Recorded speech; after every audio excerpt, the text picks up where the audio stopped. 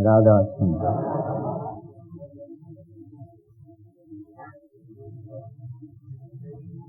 आज अपन जप साहेब के विषय पर सत्संग करने की कोशिश करते हैं और इस वास्ते ये मुनासिब है कि उससे पहले मैं संगत को बताऊं कि जप साहेब क्या है। गुरु ग्रंथ साहिब को जोड़ा था श्री गुरु अर्जन साहिब पांचवी पातशाही में। उन्होंने उसमें पहली पातशाही, दूसरी पातशाही, तीसरी पातशाही, चौथी पातशाही, पांचवी पातशाही और 9वीं पातशाही इनकी बाणी डाली थी। और ग्रंथ साहिब के 1430 सुफे हैं। आप जहां भी ग्रंथ साहिब उठाएंगे उसको बराबर 1430 सुफा होगा और उसका पहला अक्षर हर एक सुफे पर और आखिरी अक्षर हर ग्रंथ साहिब में एक ही होगा। तो ग्रंथ साहिब के अंदर ज्यादा से ज्यादा बाणी गुरु अर्जन साहिब जी की है और थोड़े से थोड़ी बाणी दूसरी पातशाही श्री गुरु अंगद साहिब जी की है। तो ये जो जप साहिब की बाणी है ये कोई अलग बाणी नहीं है। पहले पहले ग्रंथ साहिब हम जब खोलेंगे तो हमको जप साहिब मिलेगा। ये जप साहिब पहली पातशाही श्री गुरु नानक साहब महाराज की बाणी है और उन्होंने अपने जिंदगी के आखिरी हिस्से में ये बाणी फरमाई थी। लेकिन गुरु अर्जन साहब जी ने इनको इतना ऊंच और उत्तम और आला समझा कि उन्होंने उसको ग्रंथ साहिब में आगे रख दिया। किसी आदमी ने गुरु अर्जन साहब जी को अर्ज किया कि महाराज हम आप जप साहिब की टीका करिए, टीका यानी तशरीह करिए, सत्संग करिए। तो गुरु अर्जन साहब ने फरमाया भाई सारा ग्रंथ साहिब जप साहिब की टीका है। माना कि जप साहिब मूल है, सारे ग्रंथ साहिब का तत्व जप साहिब में, सारे ग्रंथ साहिब की जो एसेंस है, जिसको हम अर्थ कहते हैं, तत्व कहते हैं, एसेंस कहते हैं, मूल कहते हैं, वो जप साहिब है। तो ये जप साहिब को जप साहिब किसने कहा और कैसे कहा? ग्रंथ साहिब में नहीं लिखा हुआ है कहीं जप साहिब, नहीं। इसमें पहले जप साहिब के अंदर मूल मंत्र है। उस मूल मंत्र में आता है एको सतनाम कर्ता पुरख निर्भव निर्वैर वगैरह। फिर आके कहते हैं जप। तो मैं तशरीह बाद में अर्ज करता हूं। कहते हैं जप, यानी ये मूल मंत्र है। ये जप साहिब महापवित्र किताब है जिनको लाखों पंजाबी और सिंधी सुबह को सवेर उठ के स्नान पानी करके नियम से इसका पाठ करते हैं और बहुत बिलवेड बानी है ये सिखों के लिए और जो गुरु प्रेमी है उनके लिए। तो इसको जप का मतलब है सिमरन, याद करना, रटन करना, फिर अपने मुंह से जपना या दिल में जपना या किसी बात को अपने हृदय में हर वक्त जपते रहना, रटन करते रहना, इसको जप कहते हैं। तो इज्जत से कुछ लोग उनको जप्पू जी कहते हैं और कुछ लोग उनको जप जी कहते हैं, कुछ लोग उनको जप साहब कहते हैं। एक और किताब है 10वीं पातशाही, श्री गुरु गोविंद सिंह साहब ने बनाया है, फरमाया है, जिसका नाम है जाप साहब। वो एक अलग किताब है,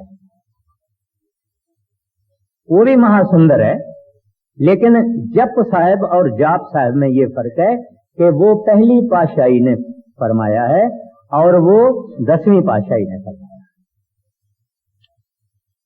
तो कहा जाता है कि एक दफा श्री गुरु नानक साहब जी महाराज और उसके साथ भाई मर्दाने से वो सुमेर पर्वत चले गए और वहां सिद्ध रहते हैं। सिद्ध कौन होते हैं? इन पुस्तकों में लिखा हुआ है कि वो हस्तियां जो आकाश और पृथ्वी के बीच में उन जिनका डेरा है, उनको सिद्धियां हैं, जिससे वो उड़ सकते हैं, जहां चाहे वहां पहुंच सकते हैं, जब चाहे वो गायब हो सकते हैं, जब चाहे वो प्रकट हो सकते हैं। तो उन्होंने गुरु नानक साहब जी से पूछा कि हमारे अंदर तो ये ताकतें हैं और शक्तियां हैं, इस कारण हम सुमेर पर्वत पर आसानी से आ गए हैं, आते हैं और जाते हैं, मगर आप ये पृथ्वी के लोग यहां किस तरह से आ गए? तो गुरु नानक साहब जी ने फरमाया, भाई हमारा जो सतपुरुष है, अकाल पुरख है, वाहगुरु है, सतनाम है, उनकी ताकत से हम आ गए। तो उन्होंने फिर पूछना शुरू किया है कि वो आपका वाहगुरु या अकाल पुरुष या सतपुरुष कौन है? वो सवाल पूछते गए हैं और उनके जवाब गुरु नानक साहब भी देते गए हैं। तो ये जप जो लफ्ज है, जितनी साधनाएं होती है, माना अभ्यास मालिक को मिलने का, अभ्यास या करनी या जप, उसमें जप मुख्य है। ग्रंथ साहिब का तत्करा आप खोलेंगे तो पहले पहले जो कंटेंट्स की लिस्ट होती है ना, उसमें पहले पहले लिखा होगा जप निशान। पंजाबी में इसका मतलब है झंडा, जिसको फरेरा बोलते हैं, जप निशान। अभी मेरे पास ये ग्रंथ साहिब रखा हुआ है, उसमें पहले लिखा हुआ है जप निशान। मैंने किसी बुजुर्ग से पूछा था, उन्होंने कहा था कि भाई ये जप जो है, झंडे का मतलब है, फरेरा का मतलब है जो ऊपर लगाया जाता है, बिल्कुल ऊपर फरकता है हवा में, यानी ऊपर होता है बहुत। कहते हैं इस तरह से ग्रंथ साहिब के अंदर और सब संतों और भगतों की साधनाओं में उत्तम चीज जो है वो जप है। अगर आदमी जप नहीं पक्का करता है, माना सुमरन पक्का नहीं करता है, ना उसको गुरु का ध्यान आएगा, ना उसको शब्द सुनाई देगा। अगर आदमी जप पक्का करता है तो उसको गुरु का ध्यान भी अच्छा आएगा और उसको शब्द भी अच्छा सुनाई देगा। और जप करते करते करते करते करते करते करते करते आदमी की सूरत चढ़ जाती है, उसका ख्याल ऊपर चला जाता है। इस वास्ते जप की बड़ी महिमा है। मैं अभी अर्ज करता हूं। महाराज श्री कृष्ण ने गीता के अंदर भी ये फरमाया है, यज्ञाना जप यज्ञेव सम। कहते हैं जितने भी यज्ञ हैं उन सब में मैं जप यज्ञ हूं। गीता में आप पढ़ेंगे, वो बोलते हैं कि मैं सब दरख्तों में पिपल हूं, मैं राजाओं में फलाना हूं, मैं इनमें ये हूं, माना सबसे ऊंच उत्तम और नंबर 1। बोलते हैं जितने यज्ञ हैं, हिंदू लोग अगले जमाने के ऋषि मुनि महात्माएं यज्ञ करते थे, यज्ञ की मतलब है कुर्बानी, सैक्रिफिस, अर्पण करना। तो कहते हैं कि उन सब यज्ञों में मैं जप यज्ञ हूं, यानी जप इतनी उत्तम चीज है। और इस जप लफ्ज को हृदय में अपने मजबूत तरह से रखना चाहिए। अब भाई लैना जो बाद में गुरु अंगद साहब बने, वो अपने गांव में जहां वो चौधरी थे, साथ साथ में वो दुर्गा देवी का पुजारी था और पूजा करने वालों में मुख्य था। और वो बड़ा ही मस्ताना था। और वहां कांगड़े जिले में वैष्णो देवी भी उसको कहते हैं, वहां एक गुफा है, उसके अंदर एक ज्योत जलती है जो कि कोई गैस जमीन से निकलती है। तो उस ज्योत को देखते देखते देखते देखते देखते वो मस्त हो जाता था और नाच करता था और एक्सटसी में, मस्ती में आ जाता था। उस जमाने में गुरु नानक साहब जी महाराज प्रगट हुए और उनकी चर्चा सारे पंजाब में फैलने लगी थी। और भाई लैने ने सुना था, भाई कोई नानक पैदा हुआ है जो कि बड़ा महात्मा है, ऐसा उसने सुना था। फिर उसने कुछ लोगों से पूछा, वहां उनके ही पड़ोस में एक भाई जोधा था, भाई जोध था। बाकी तो लोग वैष्णो देवी का जो पाठ है उसकी पूजा वूजा करते थे और उनकी बाणी कहते थे। लेकिन एक भाई जोध और एक भाई लैने की चाची माई वीरा, ये दोनों ग्रंथ साहब गुरु नानक साहब के सेवक थे। ये तो जप साहब की बाणी पढ़ते। एक दफा भाई लैना गुजरा तो उससे साथ साथ में भाई जोध भी गुजरा। वो बड़े प्रेम से जप साहब की बाणी पढ़ता गया। तो पहले दफे जब भाई लैने ने वो बाणी सुनी तो उसको खड़ा किया, उसको कहता है फिर कहो। उसने फिर कहा, उसको कहा फिर भी कहो। उसने फिर कहा, कहते हैं और आगे कहो। इसको उस बाणी हृदय के अंदर लग गई और उसने उससे पूछा, उसने विचार किया कि बरस होएगा पूरा, खत्म होएगा बरस, मैं कांगड़े जाऊंगा वैष्णो देवी के पास, तो वहां मैं नानक महात्मा का भी जाके दर्शन करूंगा। तो 12 महीना पूरा हुआ, मेला लगता है वहां वैष्णो देवी पे आज भी। भाई लहना वहां भी गया, फिर नीचे आया प्लेन्स पे नीचे।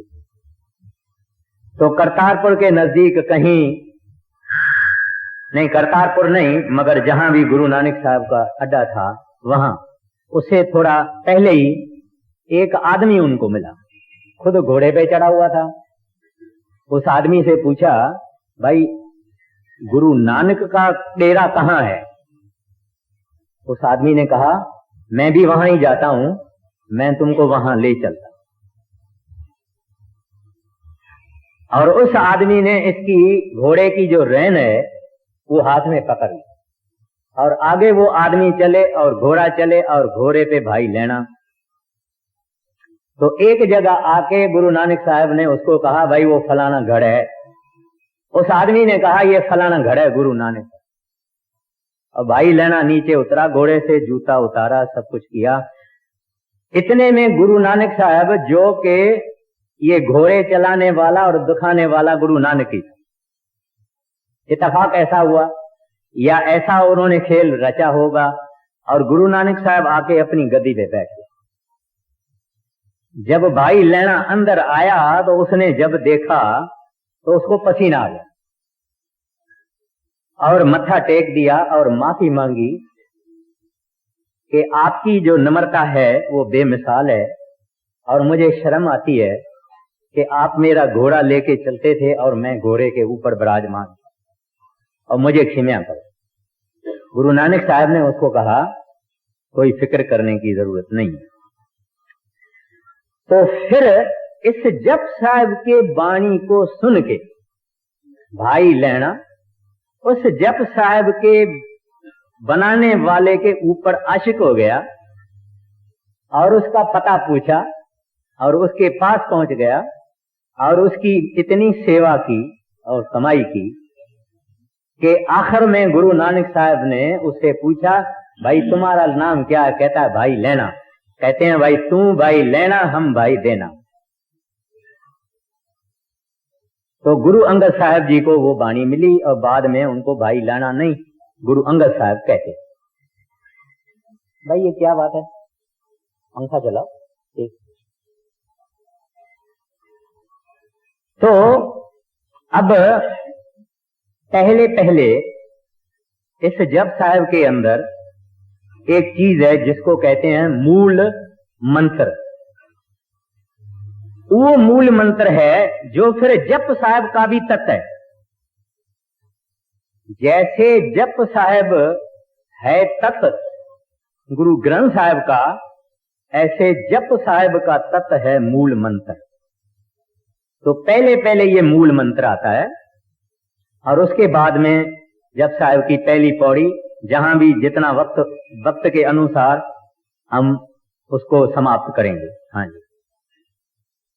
एको सतनाम कर्ता पुरख निर्भव निर्वैर अकाल मूरत अजूनी सब गुर प्रसाद जप। अब कहते हैं एको। आम आदमी एक ओंकार कहते हैं, एक ओंकार कहते हैं, लेकिन ये है लफ्ज एको। तो कुछ विद्यावान आदमी उन्होंने समझा था कि भाई ओम जो लफ्ज है, क्योंकि जो इस तरह से ओम के तरह से है एको लफ्ज, पहले एक लिखा हुआ है वन, फिर इस तरह से ओम का हिस्सा लिखा हुआ है। तो उन वक्त में जो आदमी थे उन्होंने समझा कि ओम बड़ी चीज है, उसने इसको मिलाने की कोशिश की। जो टीकाकार थे उन्होंने इसको मिलाने की कोशिश की है कि भाई ये एक ओमकार है, एक ओमकार है।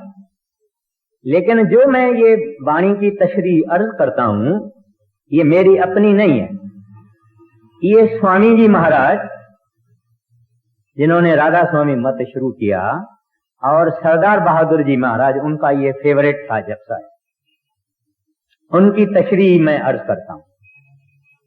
क्योंकि ओमकार संत मत के लोग जानते हैं कि ओमकार दूसरे देश से संबंध रखता है, लेकिन गुरु नानक साहब जी का संबंध सत्य नाम से है जो कि पांचवा है, और ओम का संबंध दूसरे दो से है। तो वो जो विद्या से ही पढ़ना चाहते थे और विद्या से इसकी माना निकालना चाहते थे, उन विचारों को क्या मालूम कि ये संतों की वाणी है और संत ही इस वाणी का अंतरूनी मतलब, जिसको कहते हैं एजोटेरिक मीनिंग, संत ही जानते हैं। मसलन एक इंजीनियरिंग का किताब है, अंग्रेजी में लिखा हुआ है और मैं अंग्रेजी जानता हूं, मैं पढ़ तो जाऊंगा मगर मतलब नहीं समझूंगा। लेकिन इंजीनियर कोई आएगा वो मुझे समझा सकता है, मैं फकत पढ़ सकता हूं, उसकी माना उसकी गहराई मैं नहीं समझ, लेकिन इंजीनियर समझ सकता है, क्योंकि इंजीनियरिंग का किताब है, इंजीनियरिंग का सब्जेक्ट है और इंजीनियरिंग ने लिखा है। ऐसे ये वाणी गुरु नानक साहब की वाणी है जो कि सतपुरुष के रूप हो गए थे। वाणी आगे बताएगी और ये उनकी वाणी है और उनको संत ही उनकी पूरी तशरीह या टीका कर सकते हैं।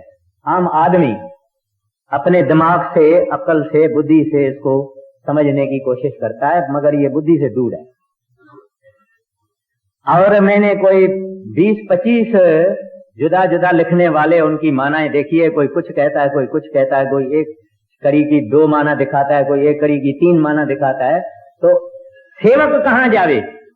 सेवक को तो एक रास्ता बताना चाहिए कि भाई ये चले जाओ। अगर किसी को कहें हम यहां भी जाओ और यहां भी जाओ और यहां भी जाओ तो बेचारा घबरा जाएगा। तो संतों ने उसकी एक ही माना निकाली, कहते हैं ये है एको, परमात्मा एक ही है। ये गुरु नानक साहब जी महाराज ने जानबूझ के कहा। उस जमाने में पंजाब के अंदर बड़े बड़े जोगी, तपस्वी, पंडित, ब्राह्मण, देवी देवताओं में लोगों को फंसा के रखते थे जिसका कोई हिसाब ही नहीं। वो ये गुरु नानक साहब ने तो ये एक इनकलाब लाया। आदमियों को, भटके हुओं को उन्होंने एक रास्ते पे लगा दिया। अभी जब वो एक को कहते हैं तब कहते हैं दूसरा कोई नहीं, उसका शरीक नहीं, उसका भागीदार नहीं है, कोई देवी देवता नहीं है, कोई अवतार नहीं है, कुछ भी नहीं है। परमात्मा फकत एक है, दूसरा कोई है नहीं। उसको नाम क्या कोई भी दे दो। वो परमात्मा जो सच्चा है, सत्य नाम, उसका नाम सत्य है, यानी सच्चा है। सत्य का मतलब ये नहीं है कि सच बोलना, या सत्य का मतलब ये नहीं है कि झूठ नहीं, ये नहीं है। सत्य का मतलब है चेंजलेस, जिनकी कोई तब्दील नहीं, जो छोटा नहीं होवे, बड़ा नहीं होवे, कभी था कभी नहीं था, सदा था, चेंजलेस, था भी, है भी, होएगा भी। उसको कहते हैं सतनाम।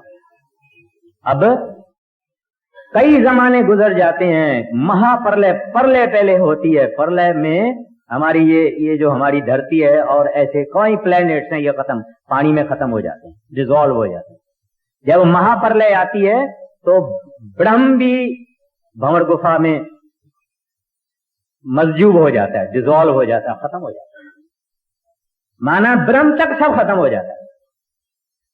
मगर ये जो सत्य नाम है या वो वाहिद परमात्मा है, एको है, तो वो खत्म नहीं होता।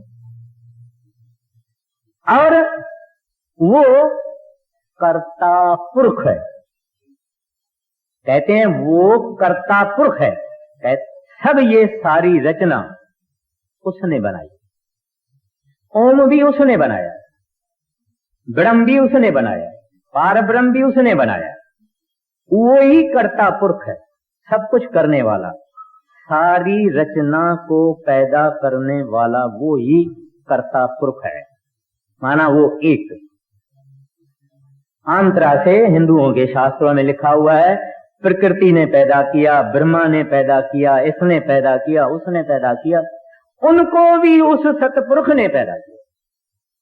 ब्रह्मा को, विष्णु को, महेश को, ओम को उस सतपुरुष ने पैदा किया, उस एको ने पैदा किया, उस सत नाम ने पैदा किया। तो कहते हैं वो कर्ता पुरुष है और कोई नहीं है इसके अलावा, बाकी सब नीचे हैं।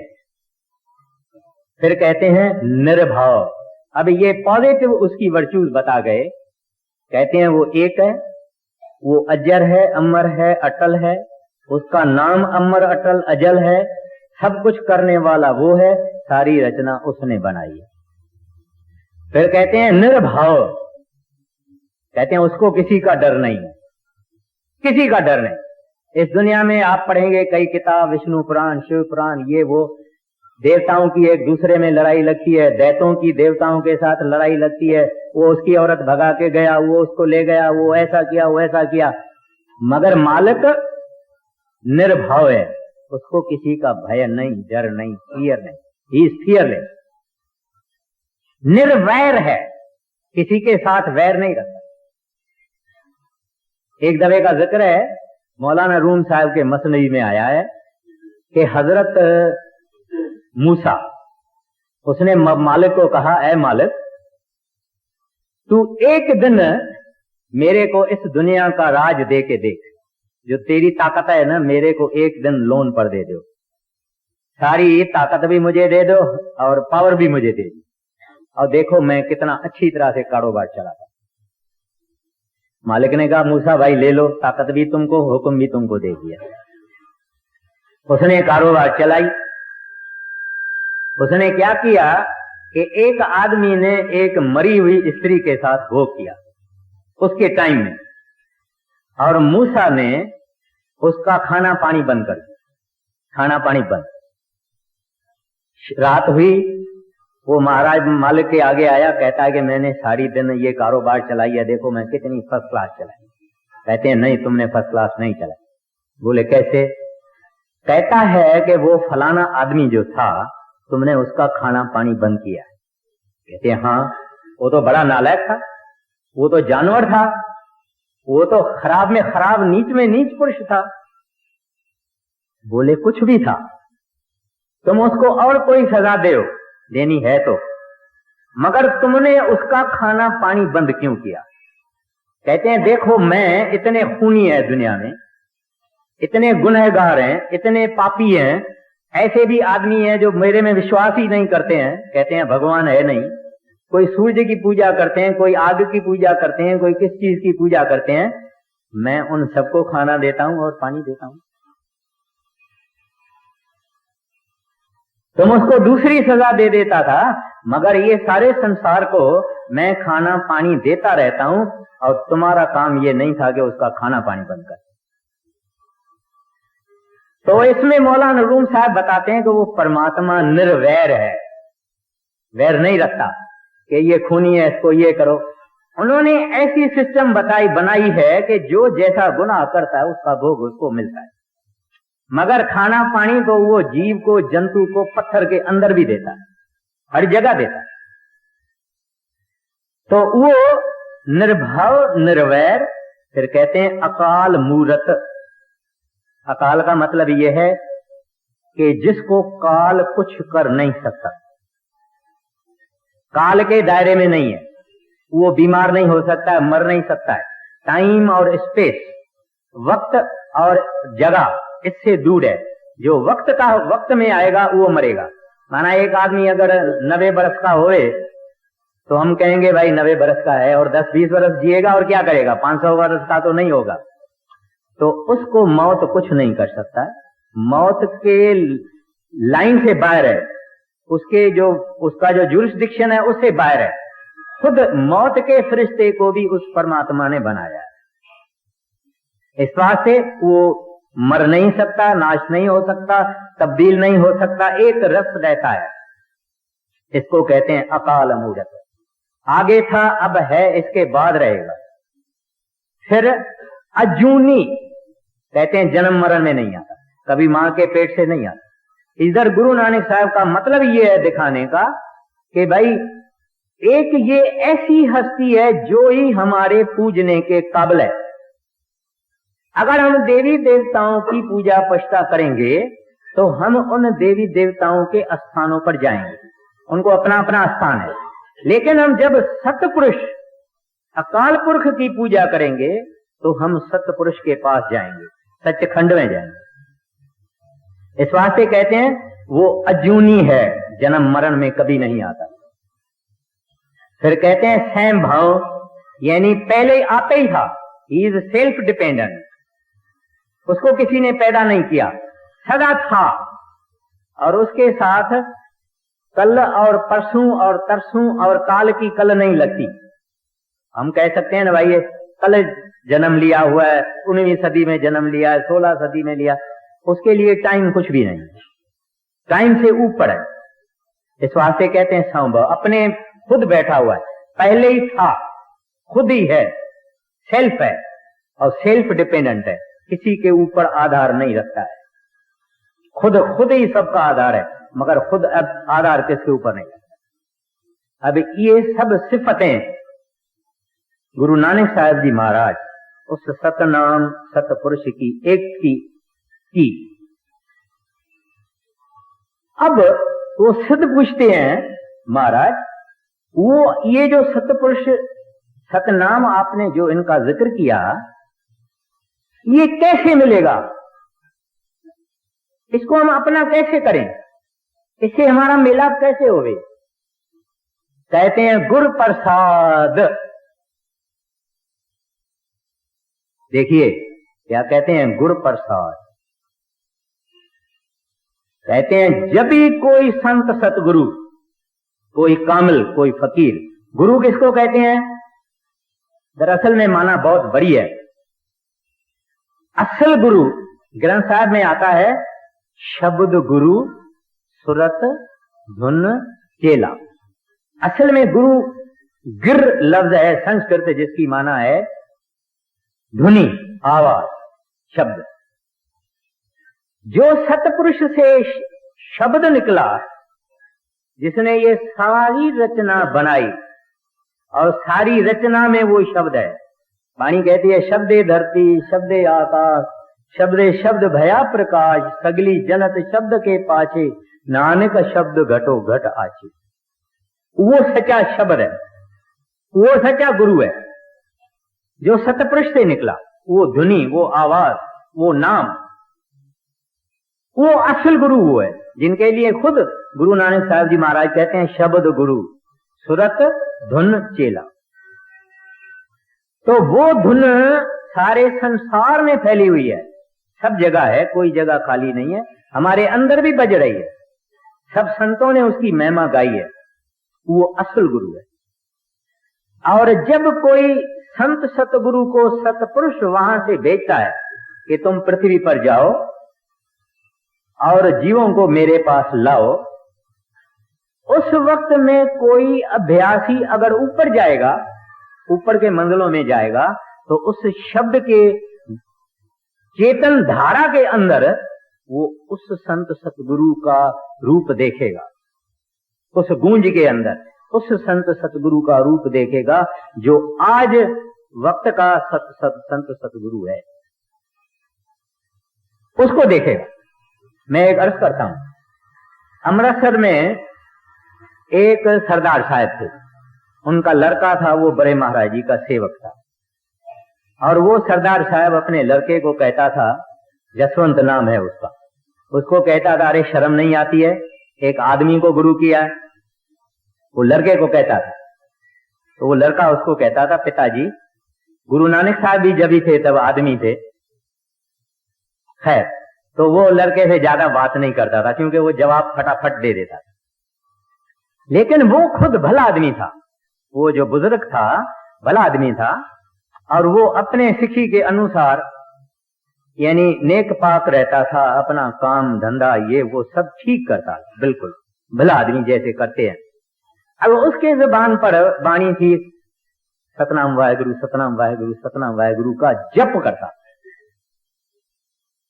मैं कहता हूं ये जो जप लफ्ज है, अपने को हृदय में बिल्कुल बिठा देना चाहिए। ये लफ्ज बहुत महान महत्वपूर्वक लफ्ज है। ये जप हमको सचखंड ले जाए। तो वो आदमी सरदार साहब, उसका जप क्या चलता था? सतनाम वाहेगुरु, सतनाम वाहेगुरु मन में। एक दफा कई वर्ष बेचारा कहता रहा। एक दफा उसका शरीर सुन्न हो गया और सूरत ऊपर चली गई। सूरत ऊपर चल गई तो ऊपर में बड़े महाराज जी को देखता है, ऊपर के देशों में। सूरत उड़ गई। जब सूरत नीचे आई तो पुत्र को कहता है, जसवंत इथे आओ। कहता है, पुत्र सुन, तेरा जो गुरु है ना वो वाकई सच्चा है। कहते हैं, क्यों पिताजी, आज क्या हो गया? कहते हैं, देख, मैं तो अपना सतनाम वाहगुरु में मैं बिजी था, मेरी ख्याल ऊपर चला गया, और पहला ही दफा मेरा ख्याल ऊपर चला गया है, और मैंने अंदर तेरा गुरु देखा, बड़ा प्रकाशमान। कहते हैं, और कोई नहीं आया अंदर, और उसने बड़े महाराज जी को एक बारी देखा, फकत एक बारी देखा। तो कहता है, कोई और आया ही नहीं, और फकत तो तेरा गुरु आ गया अंदर, और मैं वाकई मानता हूं कि ये बड़ी हस्ती है, और मुझे आज उसके पास ले चलो। अभी अमृतसर और बिहार में ब्यास में कितना फर्क है। तो वो पिताजी को लेके आया, और उसका पिताजी महाराज जी को मथा नहीं देखा, दंडवत किया। दंडवत किसको कहते हैं? कि पूरा सो जाना, नमस्कार, दंडवत उसको, प्रोस्ट्रेशन जिसको कहते हैं, पूरा सो जाना, सिर उसके पांव में रखा। महाराज जी पीछे हट गए। महाराज जी को कहते हैं कि माफ करना, मैंने आपके लिए बहुत कुछ कहा है, मगर मुझे माफी चाहिए। मैंने अपने आंखों से देख लिया है कि आप कौन है। महाराज जी ने उसको उठाया, उसको बोला कि कुछ नहीं, कुछ नहीं। अभी तो तसल्ली हुई? कहते हैं बस तसल्ली हो गई। तो जो आदमी को कुदरत इस दुनिया में कमीशन करके भेजती है कि तुम मेरे रूहों को ले आओ, वो जो असल गुरु यानी शब्द है या नाम है, उसके अंदर जो कोई ऊपर जाएगा उसको दिखाई देगा। चाहे ईरान में जावे, चाहे इंग्लिस्तान में जावे, अपना रिंगिंग रेडियंस का जो सर कॉलिन गॉर्बेट है, जो महाराज जी का सेवक था और यहाँ इंग्लैंड में बड़ा, हिंदुस्तान में बड़ा मिलिट्री का ऑफिसर था। उस जमाने में, अंग्रेजों के जमाने में, उसने बड़े महाराज जी से नाम लिया था।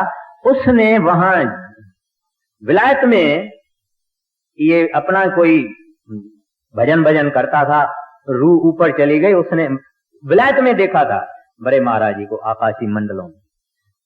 खैर, तो जो वक्त का शहंशाह है, माना रूहानी शहंशाह है वक्त का, जो भी आकाशीय मंडलों में जाएगा उसको अंदर उसका ही दर्शन होएगा। चाहे वो अंग्रेज होवे, चाहे वो विलायत का आदमी होवे, चाहे चीनी होवे, चाहे जापानी होवे। और ऐसे कई मुझे साखियां याद है, मगर टाइम अब पूरा हुआ है। तो ये गुरु प्रसाद, माना जब गुरु मिले तब परमात्मा मिले, सतनाम मिले, वरना ना मिले, कभी नहीं मिले। और वो गुरु प्रसाद, क्या प्रसाद जो देता है, इस वास्ते सब संत, सब सतगुरु अपने गुरु की बहुत बड़ाई करते हैं। गुरु अंगद साहब जिसकी वाणी है, कहते हैं जे सौ चंदा उगवे सूरज चढ़े हजार, एते चानन होंदियां गुर बिन गोड़ अंधार।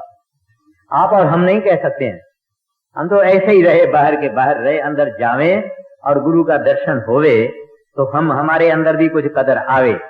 तो ये जिन्होंने अंदर जाके देखा कि गुरु की हस्ती क्या है, उसका जमाल और ग्लोरी और मैजेस्टी क्या है, उनको कदर होता है।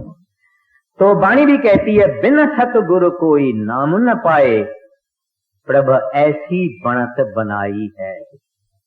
उधर गुरु नानक साहब जी, इधर तीसरी पातशाही गुरु अमरदास साहब जी, वो कहते हैं कि भाई ये जो बात है बिन सतगुरु के होएगी।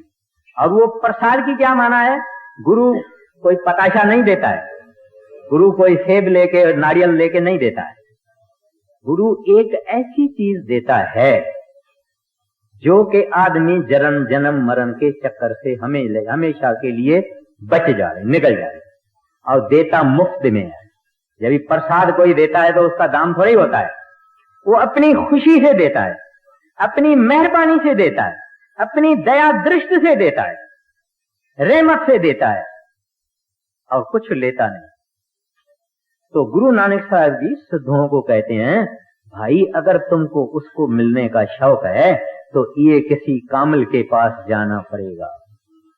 और वो तरतीब बताता है, वो तरीका बताता है, और वो टेक्निक बताता है। कहते हैं फिर जब वो टेक्निक बतावे फिर क्या करो? कहते हैं जप, ये हृदय में रख लेना चाहिए आपको भी और मेरे को भी।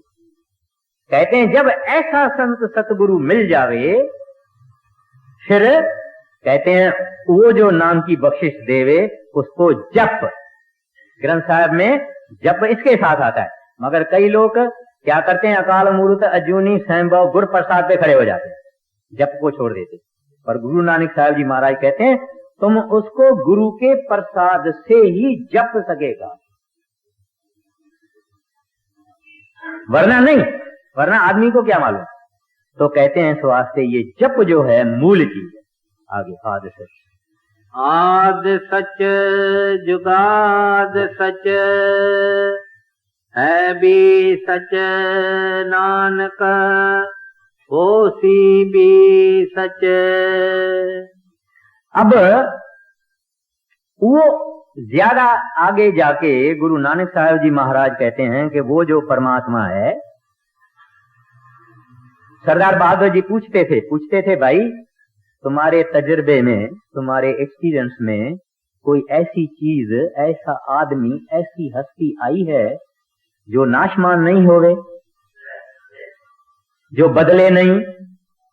आदमी मरता है, छोटा मरता है, बड़ा मरता है, करोड़ों मर गए, मर जाएंगे, जन्मेंगे, बिल्डिंगें उड़ जाती है, लकड़ा सड़ जाता है, लोहा सोना सब वक्त पाके खत्म हो जाता है। मगर किसको 1000 साल खत्म होने में लगता है, किसको 500 साल, किसको 5 साल, किसको 2 साल, मगर सब खत्म होता है। आप कहेंगे शायद सोना खत्म नहीं होता है, सोना भी खत्म होता है। सोने को आप बगैर पॉलिश के रख दे हो 5 बरस, तो आप देखेंगे उसके ऊपर थोड़ी थोड़ी किस किस्म की मैल चढ़ जाती है। अगर आप उसको 500 बरस रख दे हो तो वो खत्म हो जाता है, 1000 बरस में खत्म हो जाता है। कोई चीज इस संसार में नहीं है जो कायम होगी, कोई चीज नहीं। तो गुरु नानक साहब जी महाराज पूछते हैं सिद्धों से, भाई तुमको मालूम है ऐसी कोई चीज, ऐसा कोई आदमी, ऐसी कोई हस्ती जो सदा होवे? उन्होंने कहा नहीं। बोलते हैं मेरे को मालूम है, मैंने एक ऐसी हस्ती देखी है, मेरे तजुर्बे में आई है, जो कि आद सच, इससे पहले भी था, और जुगाद सच, जुगों से था, अभी भी है, नानक होसी भी सच।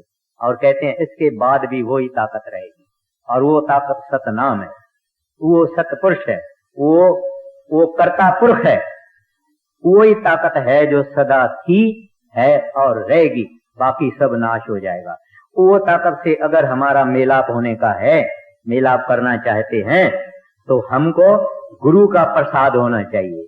और जब गुरु का प्रसाद मिल ले तब जपते रहना, लिव लगाना, उसके साथ दिल लगाना, दोस्ती लगाना, मन में बस जपते रहना। ये बाणी जपते थे भाई जोध, जो भाई लेने ने सुनी और उसको कहा कि फिर सुनाओ और फिर सुनाओ और फिर सुनाओ, क्योंकि भाई लेना अधिकारी था, उसका हृदय पवित्र था। पवित्र, जिसका हृदय निर्मल होता है, पवित्र होता है, उसको सत्संग के वचन जल्दी लगते हैं। कई लोग हैं जो आके कहते हैं भाई 7 दिन होना चाहिए सत्संग, फिर बोलते हैं अच्छा 7 दिन नहीं रखते हो तो हफ्ते में 2 दिन तो रखो। पर कुछ लोग कहते हैं नहीं, शायद 15 दिन में होए तो अच्छा है, हमको घूमना फिरना मिलेगा। ये इतवार को सत्संग इन्होंने रख दिया है, सिनेमा में भी जाने को नहीं मिलता, उधर भी जाने को नहीं मिलता है। खैर, तो ये दिल की पवित्रता, हृदय की पवित्रता जितनी इंसान की होती है, सतगुरु प्यारा लगता है, नाम प्यारा लगता है, वाह गुरु प्यारा लगता है, और हृदय के अंदर उसकी याद रहती है। तो इस वास्ते हमको जप से ही हृदय निर्मल होगा, जप करने से ही हृदय निर्मल होगा। इस वास्ते हमको इस जप से दोस्ती रखनी चाहिए, जप से लगन लगाना चाहिए, और जप अपने हृदय में कायम रखना चाहिए। अब ये मूल मंत्र हुआ और अपने 45 मिनट भी हुए हैं। तो जो नेक्स्ट 31 तारीख को गुरुवार आता है, बृहस्पतिवार या थर्सडे, नेक्स्ट थर्सडे आता है 31 तारीख को, और 8:45 बजे इसके बाद में वाणी है जो गुरु नानक साहब की सोचे सोचन हो गई। ग्रंथ साहब के अंदर 38 पौड़ियां हैं, उस 38 पौड़ियों में सारा सार ग्रंथ साहब का गुरु नानक साहब ने उसमें समाया है। और हम पाठ जरूर करते हैं, मगर जब हम इसकी माना जैसे संत समझाते हैं, ऐसे हम उसकी माना समझें तो हमारे को और इससे स्वाद आएगा और हमारा चाह बढ़ेगा। तो आज का सत्संग समाप्त है।